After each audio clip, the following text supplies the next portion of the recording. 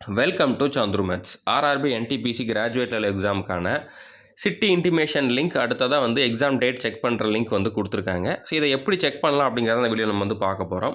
So first exam date எப்போ இருந்து எப்போ வரைக்கும் இருக்குது அப்படின்னு பார்த்தீங்கன்னா ஜூன் 5ஆம் தேதியிலேருந்து ஜூன் 24 வரைக்கும் இருக்க போகுது. ஸோ நம்மளுடைய சந்துரு மேத்ஸ் அஃபிஷியல் டெலகிராம் சேனலில் சிட்டி இன்டிமேஷன் லிங்க்னு நான் ஒன்று கொடுத்துருப்பேன். அதை வந்து நீங்கள் ஓப்பன் பண்ணுங்கள். ஸோ ஓப்பன் பண்ணிங்க அப்படின்னா இந்த மாதிரி ஒரு பேஜ் ஓப்பன் ஆகும். இதில் உங்களோட ரிஜிஸ்ட்ரேஷன் நம்பர் வந்து கொடுக்கணும். ரிஜிஸ்ட்ரேஷன் நம்பர் தெரியலைன்னா இதுலேயே மேலே வந்து பார்த்தீங்கன்னா rrbapply.gov.in அப்படிங்கக்கூடிய ஒரு லிங்க் கொடுத்துருப்பாங்க.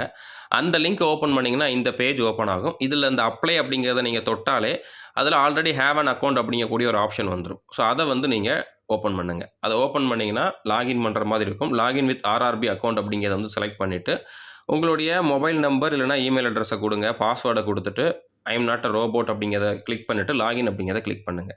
ஸோ இந்த மொபைல் நம்பர் பாஸ்வேர்டு எல்லாமே நீங்கள் அப்ளை பண்ணுறப்போ கொடுத்தது அதை தான் இங்கே வந்து நீங்கள் கொடுக்கணும். ஓகே. ஸோ லாகின் அப்படிங்கிறத கிளிக் பண்ணிங்கன்னா ஓடிபி வந்து இமெயிலுக்கு சென்ட் பண்ணணுமா ஃபோனுக்கு சென்ட் பண்ணணுமா அப்படிங்கக்கூடிய ஆப்ஷன் இருக்கும். இந்த ரெண்டில் ஏதாச்சும் ஒன்று வந்து நீங்கள் செலக்ட் பண்ணிங்க அப்படின்னா எதை செலக்ட் பண்ணுறீங்களோ அதுக்கு ஓடிபி வரும். அந்த ஓடிபியை இந்த பாக்ஸில் என்ட்ரு பண்ணிவிட்டு லாகின் பண்ணணும். ஸோ லாகின் பண்ணதுக்கப்புறம் அப்ளிகேஷன் ஹிஸ்ட்ரின்னு சொல்லி ஒரு ஆப்ஷன் இருக்கும். அதை கிளிக் பண்ணிங்கன்னா இந்த இடத்துல வந்து சென் 05/2024 அப்படிங்கிறது தான் வந்து கிராஜுவேட் போஸ்ட்டுக்கான அப்ளிகேஷன். ஸோ அதுக்கு லெஃப்ட் சைடில் ரிஜிஸ்ட்ரேஷன் நம்பர் இருக்கும். இதுதான் உங்களுடைய ரிஜிஸ்ட்ரேஷன் நம்பர். இந்த நம்பரை நோட் பண்ணி வச்சுக்கோங்க. ஓகே.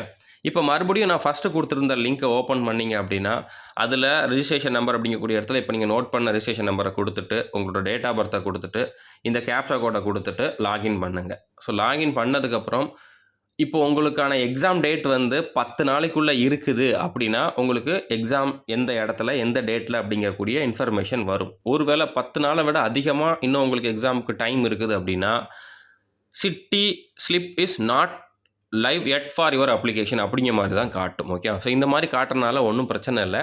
எக்ஸாம் டேட் யாருக்கெல்லாம் 10 நாளைக்குள்ளே இருக்குதோ அவங்களுக்கு தான் வந்து இது வந்து ஓப்பன் ஆகும். ஸோ என்னோடய எக்ஸாம் டேட்டே எனக்கு தெரியாது அப்படின்னா யாருக்குமே தெரியாது. ஓகே. நீங்கள் டெய்லி இதை லாகின் பண்ணி தான் செக் பண்ணி ஆகணும். எப்போ அந்த 10 நாளைக்குள்ளே ஆக்சுவலாக உங்களுக்கு இருக்கக்கூடிய எக்ஸாம் டேட்டுக்கு 10 நாளைக்குள்ளே நீங்கள் ஓப்பன் பண்ணுறீங்களோ அப்போ தான் இது வந்து உங்களுக்கு காட்டும். ஓகே. ஸோ அது வரைக்கும் நீங்கள் டெய்லி லாகின் பண்ணி பாருங்கள். மேக்ஸிமம் வந்து ஜூலை 14 வரைக்கும் நீங்கள் ஓப்பன் பண்ணி பாருங்கள். ஜூலை 14க்கு அப்புறமும் உங்களுக்கு வரல அப்படின்னா தான் பிரச்சனை. ஓகே. ஸோ எக்ஸாம் டேட் தெரிஞ்சிருச்சு. அடுத்ததாக வந்து அட்மிட் கார்டு எப்போ வரும் அப்படின்னு கேட்டிங்கன்னா எக்ஸாம் டேட் என்னவோ அதுக்கு 4 நாளைக்கு முன்னால் தான் அட்மிட் கார்டு நீங்கள் வந்து டவுன்லோட் பண்ணுற முடியும். அதுவும் நீங்கள் வந்து இதே லிங்க்கில் போய் வந்து லாகின் பண்ணி பார்த்துக்கலாம். ஓகே. ஸோ புரிஞ்சிருக்குன்னு நினைக்கிறேன்.